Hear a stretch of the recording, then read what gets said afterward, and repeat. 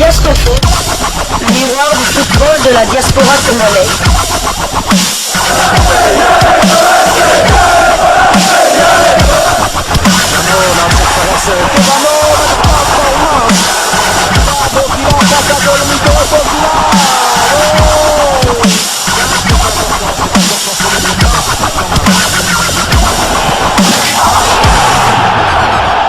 Diasco Foot, le miroir du football de la diaspora congolaise.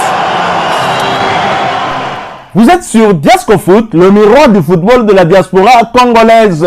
Diasco Foot vous dit bonjour, tout le plaisir est pour nous de vous retrouver, mais surtout de savoir que vous êtes nombreux en train de suivre votre chaîne YouTube dédiée uniquement aux footballeurs de la diaspora congolaise.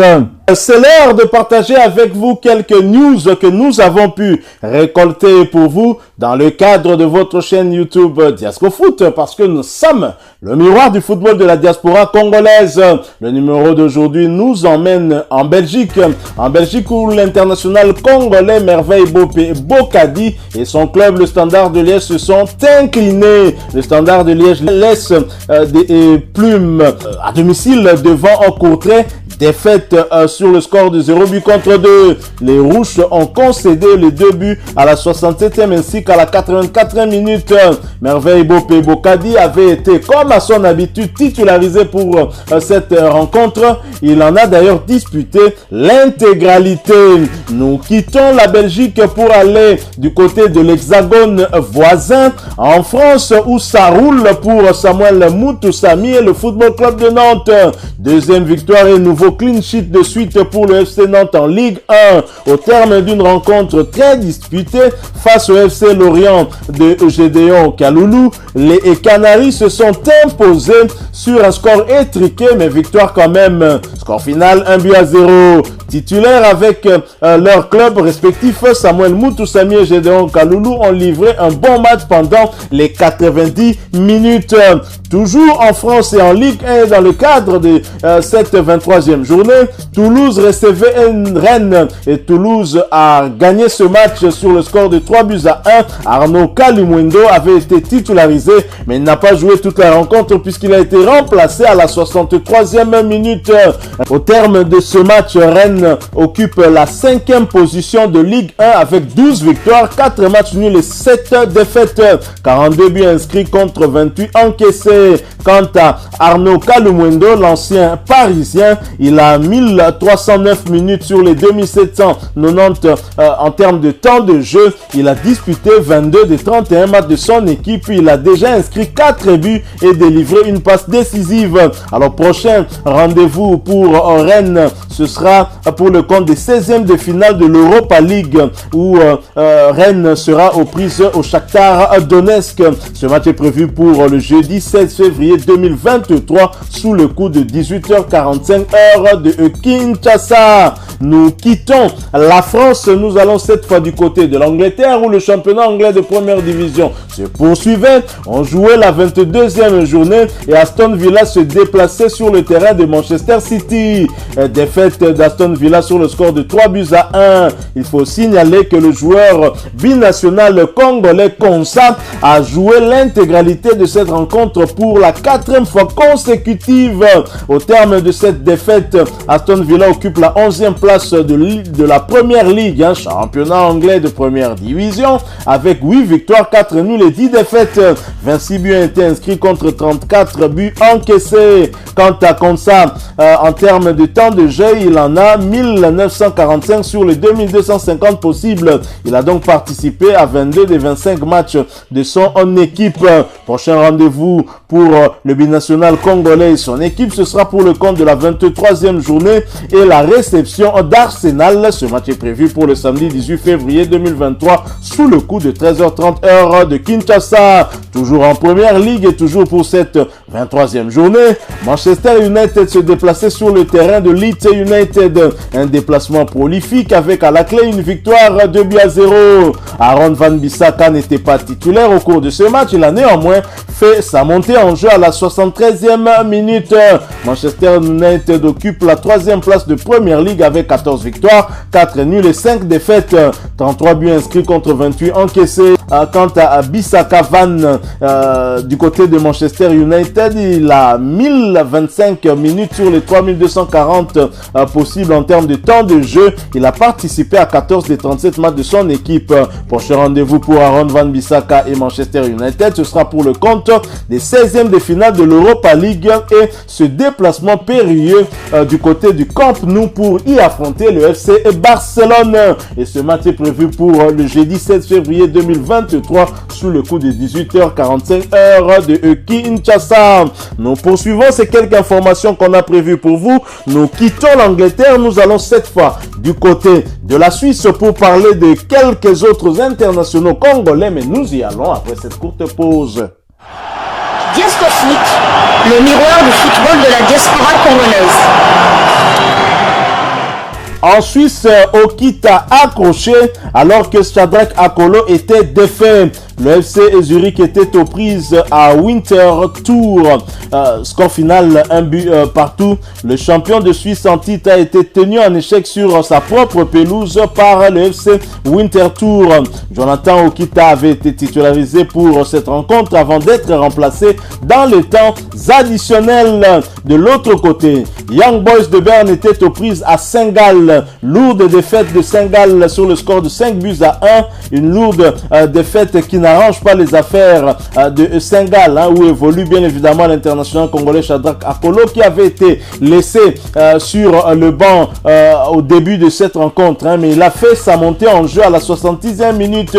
Les visiteurs sont 3e du championnat avec 28 points, tandis que les coéquipiers de Elia Meshak occupent la première place avec 45 points. Elia Meshak n'a pas joué cette rencontre puisqu'il est suspendu. Nous poursuivons toujours ces quelques informations. En Suisse, nous descendons d'un palier pour aller en seconde division suisse où l'on poursuivait le championnat avec la 21e journée. Et là, c'est Bellinzone est aux prises à Schaffhouse. Schaffhouse a battu la Bellinzone à domicile sur le score de 0 but contre 2. Joël Kasumbo, le gardien titulaire des Léopards de la RDC, avait été titularisé. Il a d'ailleurs disputé toute cette rencontre pour sa 8e fois consécutive. Au terme de cette défaite, la Bellinzone occupe la 8e position du championnat à Suisse de deuxième division avec 7 victoires, 2 nuls et 12 défaites, 24 buts inscrits contre 41 encaissés. Joël Kasumbo, quant à lui, a 1632 minutes sur les 2160 possibles en termes de temps de jeu. Il a disputé 19 des 23 matchs de son équipe. Il a à son actif 3 clean sheets cette saison. Prochain rendez-vous pour la Bellinzone et Joël Kasumbo, ce sera pour le compte de la 22e journée du même championnat et ce déplacement sur le terrain de Lausanne-Port. Ce match est prévu pour le dimanche 19 février 2023 sous le coup de 16h30 heure de Kinshasa. Joël Kasumbo qui n'y arrive pas avec son équipe, souhaitons qu'il puisse se relancer lors de cette prochaine journée. Nous quittons la Suisse, nous allons cette fois-ci du côté de l'Allemagne, où l'on jouait la 20e journée du championnat allemand de deuxième division. Düsseldorf recevait Sandhausen. Défaite de Sandhausen sur le score de 2 buts à 0. Christian Kinsombi avait été titularisé. Il a d'ailleurs disputé toute la rencontre pour sa 2e fois consécutive. Il s'agit en tout cas de sa 6e titularisation consécutive. Et il faut également signaler aussi que son frère David Kinsombi avait été également titularisé, mais il n'a pas disputé toute la rencontre puisqu'il a été remplacé à la 82e minute. Au terme de ce match et de cette défaite, Sandhausen occupe la 17e place de Bundesliga 2 avec 5 victoires, 4 nuls et 11 défaites. 23 buts ont été inscrits contre 36 encaissés. David Kinsombi a 1725 minutes sur les 2160 possibles en termes de temps de jeu. Il a participé à tous les 24 matchs de son équipe avec à la clé 6 buts inscrits et 3 passes décisives. Quant à son frère Christian Kinsombi, lui a 1576 minutes sur les 2160 possibles. Il a participé à 20 de 24 matchs de son équipe avec 4 buts inscrits et 2 passes décisives. Prochain rendez-vous pour Sandhausen en Bundesliga 2, ce sera pour le compte de la 21e journée et la réception de Karlsruhe. Et ce match est prévu pour le dimanche 19 février 2023 sous le coup de 13h30 heure de Kinshasa. Nous quittons l'Allemagne pour aller cette fois-ci du côté du Portugal en Ligue Abouine, mais nous y allons après cette courte pause. Diascofoot, le miroir du football de la diaspora congolaise. Au Portugal, on jouait la 20e journée du championnat portugais de première division et Braga se déplaçait sur le terrain de Maritimo. Belle victoire à l'extérieur sur le score d'un but contre 2. Le binational congolais Simon Obanza a inscrit à la 40e minute de jeu un nouveau but. Il avait été d'ailleurs titularisé, mais il n'a pas joué l'intégralité de cette rencontre puisqu'il est sorti à la 94e minute. Le Sporting Braga, après cette belle victoire à l'extérieur, occupe la deuxième place de Ligue Abouine avec 15 victoires, un match nul et 4 défaites. 45 buts été inscrits contre 20 buts encaissés et Simon Obanza a quant à lui 1663 minutes sur les 3060 possibles en termes de temps de jeu. Il a participé à 30 des 34 matchs de son équipe avec à la clé 9 buts inscrits et 2 passes décisives. Prochain rendez-vous pour le Sporting Braga et Simon Banza, ce sera pour le compte des 16e de finale de la Coupe de la Ligue Conférence et la réception du club italien de Fiorentina. Ce match est prévu pour le jeudi 16 février 2023 sous le coup de 18h45 heure de Kinshasa. Nous allons terminer, nous allons donc chuter avec ces quelques informations que nous avons pu récolter pour vous en revenant ici sur le continent. Nous allons du côté de l'Angola en Girabola où l'ancien défenseur du dernier club Motema Pembe a été récompensé. Nous étions là. Merci à vous, chers frères, et à jamais. Grâce à Dieu et à vous, nous avons été élus pour la 6e fois meilleur défenseur de la Girabola, championnat angolais de première division, sur les 7 saisons passées dans ce championnat. Merci à vous tous et à chacun. C'est le travail à vous tous et à très bientôt. C'est le message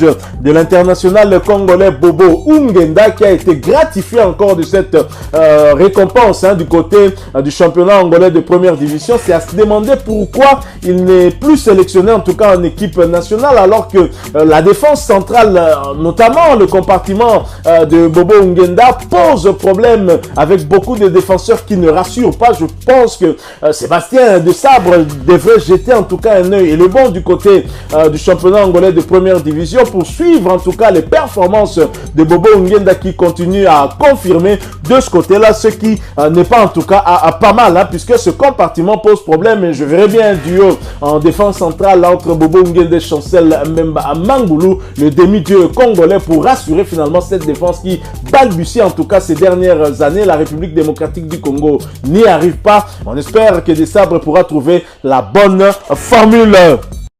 Voilà, nous sommes arrivés à la fin de ce sujet. Si vous l'avez aimé, n'hésitez pas à nous laisser un maximum de j'aime. N'hésitez pas non plus à partager avec nous votre opinion. Si vous en avez une par rapport au sujet que nous venons de vous proposer, laissez-la nous à travers un commentaire.